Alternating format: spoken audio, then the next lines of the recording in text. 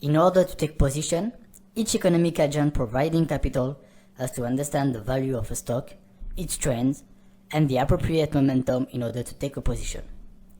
There is a lot, more or less efficient way to analyze a stock.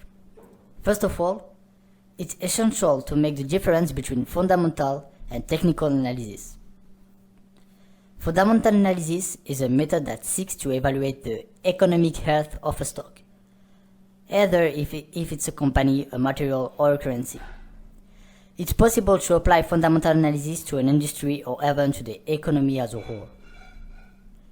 In the case of an entity, such as a company, for example, technical analysis focuses on the underlying factors that affect its present and future business.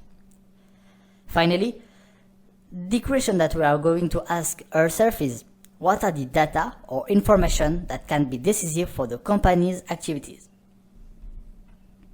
In the case of currency, for example, technical analysis focuses on the underlying factor that will impact the strength of the currencies.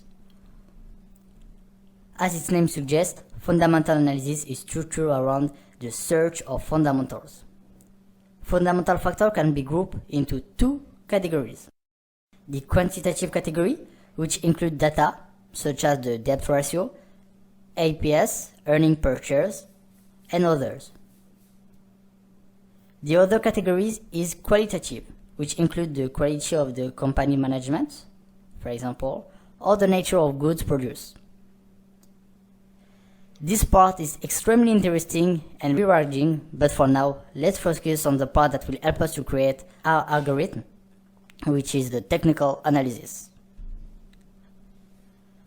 Technical analysis is based on price evolution, which is used in the history of a stock in order to generate signals and understand the market behavior.